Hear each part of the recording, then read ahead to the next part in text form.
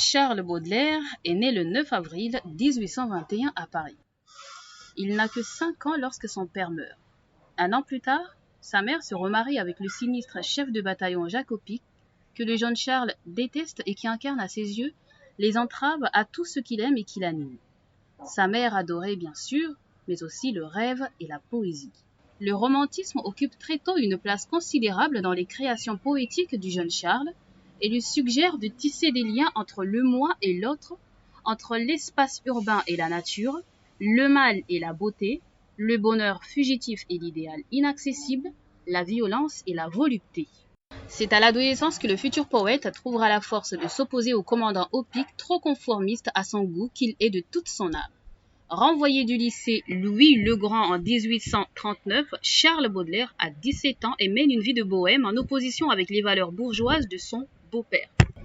Il est reçu in extremis au bac, mais jugeant la vie de l'adolescent scandaleuse et désirant l'assagir, le commandant Jacques Opic le fait embarquer pour les mers du Sud jusqu'aux îles Mascareignes et l'île de France où, comme d'autres artistes avant lui, il découvre l'exotisme.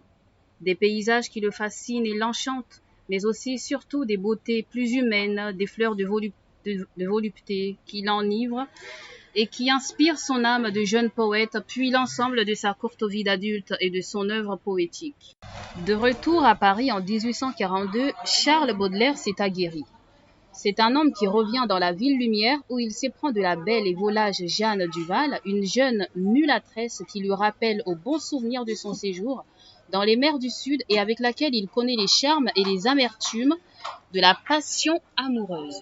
C'est à cette époque qu'il commence à composer plusieurs poèmes, des fleurs du mal, et qu'il découvre aussi les paradis artificiels. Cette expérience fascine le jeune poète, mais engage chez lui une réflexion sur la morale de la création qui aboutit de façon surprenante à une condamnation des drogues. En revanche, son usage de l'opium est plus long.